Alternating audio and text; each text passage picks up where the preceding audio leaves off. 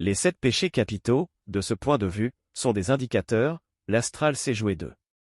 BDM avait pris pourtant certaines précautions. Il cherchait le plus possible à ne pas enfreindre l'interdit des 7 péchés capitaux, en n'insultant jamais les religions par exemple, mais ça l'a fait glisser vers un autre travers, puisqu'il condamnait la spiritualité pour faire oublier qu'il s'en inspirait, voulant faire croire qu'il n'aurait été guidé que par le supramental. En se prenant pour un initié, il a enfreint le péché par orgueil. Donc on voit ici comment les entités de l'astral savent nous manipuler, en incitant BDM à croire qu'il était le premier homme de l'histoire à se couper de l'involution, pour créer l'évolution, notion qu'il a repris à Sri Aurobindo, pour en détourner le sens, l'astral l'a baladé. Alors qu'on sait bien que la notion d'évolution existait avant BDM, elle a été introduite par Darwin bien avant lui. Mais les erreurs de BDM sont une opportunité de formation pour nous, car ils nous donnent à voir comment l'astral sait nous manipuler à notre insu. Il faut le prendre comme un enseignement des dangers qui nous menacent tous.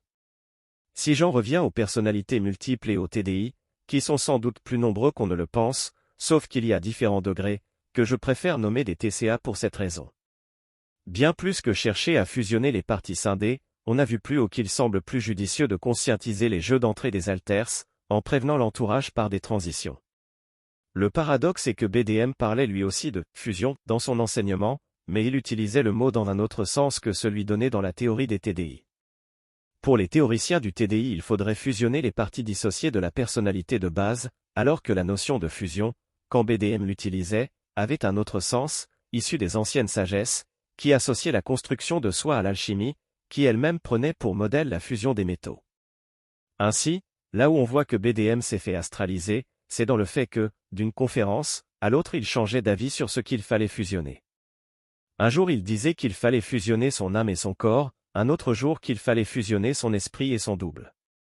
Alors on peut entendre qu'il faille tout fusionner de ce qui nous constitue, qu'on peut tous être constitués de choses séparées, pas encore reliées, mais de même que pour construire un bateau il faut fusionner les tôles dans un certain ordre, pour construire un avion il faut fusionner les tôles dans un tout autre ordre, ce n'est pas la notion de fusion qui importe, mais qu'est-ce qu'on fusionne, et pour quel usage, selon quel plan préalablement conçu pour un usage spécifique. Dans la construction de soi il faut fusionner certaines choses et en cliver d'autres. Le clivage n'est pas en soi une mauvaise chose, si le corps apprend à dissocier certaines émotions, en soi ce n'est pas mauvais. Mais l'imprécision des termes de BDM dans son enseignement montre un esprit confus, qui ne suivait pas une ligne cohérente. Et c'est à mon sens un signe qu'on est astralisé. Je rejoins une idée qu'avait émise Allan Kardec dans son enseignement spirit, même si je ne partage pas cet enseignement lui-même dans certaines de ses lignes, car Allan Kardec n'a pas vu l'existence de ce monde astral. Il n'empêche que je suis en accord avec lui sur ce qui était son intention de base. Il défendait le rationalisme. Pour bien le situer, il a vécu à la belle époque, où la science n'avait pas encore révélé ses parts d'ombre, qui viendront avec la Première Guerre mondiale, en fabriquant des armes. Mais à l'époque d'Allan Kardec, vers 1860, on en est encore à la belle époque de la science, où elle était prometteuse d'un avenir radieux pour l'humain. Et donc on y exaltait le rationalisme. Kardec disait que le but pour combattre les forces de l'ombre, les forces du mal, c'est le rationalisme, dans la droite ligne de l'esprit de la philosophie des Lumières. Mais par contre l'esprit des Lumières avait omis le fait qu'il existe bien une dimension parallèle, qu'il faut elle aussi rationaliser. Or, l'esprit rationaliste a cru que pour dompter les forces qu'il voyait comme obscures il fallait en nier l'existence. Il a cru au positivisme qui consiste à dire, si on nie l'existence d'une chose elle ne peut plus agir. Ce qui est faux, car elle agit quand même dans l'ombre, de manière qui nous est inconsciente. Ainsi l'esprit des Lumières ne nous garantit pas contre l'astralisation. L'astral est tout à fait capable de détourner les intentions rationnelles à des fins pseudo-rationnelles. Non, c'est tout autre chose qu'il faut faire, comme l'a indiqué BDM, même s'il n'est parvenu à le faire qu'à moitié, il faut mentaliser l'astral. Par exemple, Françoise Dolto expliquait le fait qu'elle aidait les enfants à exprimer ce qui restait en eux, sous forme d'émotions, sur lesquelles ils ne savaient pas mettre des mots.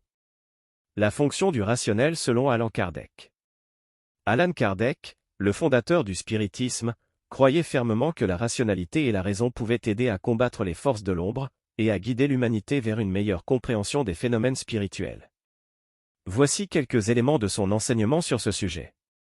1. Esprit critique et rationalité. Kardec insistait sur l'importance d'aborder les phénomènes spirituels avec un esprit critique et une analyse rationnelle.